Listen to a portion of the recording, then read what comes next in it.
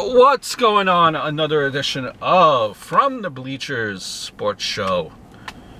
It's your buddy old pal here, and I just wanted to. I don't think I've ever made this type of video, but I just wanted to go. Like in general, I seen Callisto on social media. Mentioned that he's going to be a free agent in what I think was like 10 months, and then Grand Metalik said that he's right behind him.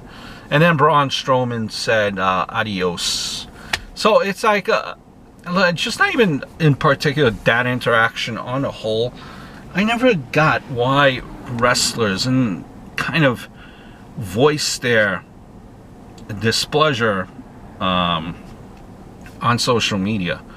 Like whether it be a contract, things along that line. It never ends up well, because when you're just kind of insinuating that you're already out the door, company might assume it's not only this really hasn't much to do with wrestling, just in general in our regular jobs here. Think of this when you go to you start bad-mouthing your company to your coworkers. You want a raise, and this guy got a raise, I didn't get a raise, and then the gossip and the fire, it becomes like a wildfire and spreads, and then all of a sudden management is already aware of you wanting to leave, and you never just speak with them first. You should speak with them first, not do what you're doing on social media, is going to your coworkers and talking, because it never works out in your favor 9 times out of 10.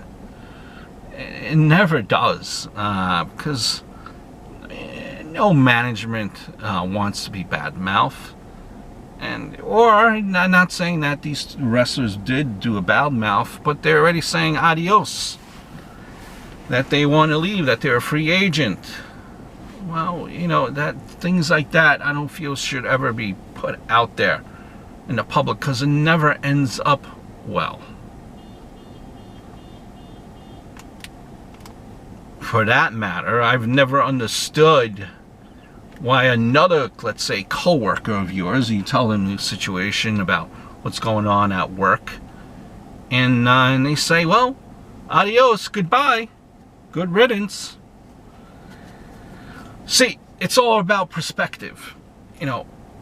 One employee might think the company is the best. Another employee might think the company is the absolute worst. And it all has to deal with part of it. I think a big part of it is hierarchy. One could be just as hard a worker as the other one. But one worker is more elevated in the company than the other one because, that's just the way it works out. Favoritism, that could be part of it. So, until you're in that person's shoes and you know exactly what's going on, you can't be saying adios. That really doesn't help. You can't be bad-mouthing them like good riddance, good luck.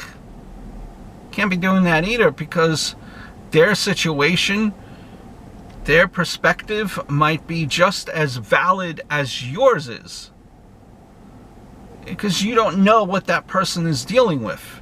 You've gotten all the breaks at your job by luck or by circumstance, and that's how it worked out. That's what happens in corporate America. I'm sure that's what happens in the WWE. So I never understood that. I kind of cringe when athletes do that, contract disputes. Now, recently, a lot of them have been getting their way, but some of them haven't. When is the last time you've seen Luke Harper? Gallows and Anderson, it's worked. It's worked for them. I guess they got a tag team championship run. They're on TV more. So you have to tread very lightly. Going out there on social media, in the age of social media, putting out your private information out there, it just never works for me. I don't think that's to your advantage. I kind of cringe, but you know, that is my 2 cents. You know, hope all is well, and I look forward to speaking to you guys very, very soon.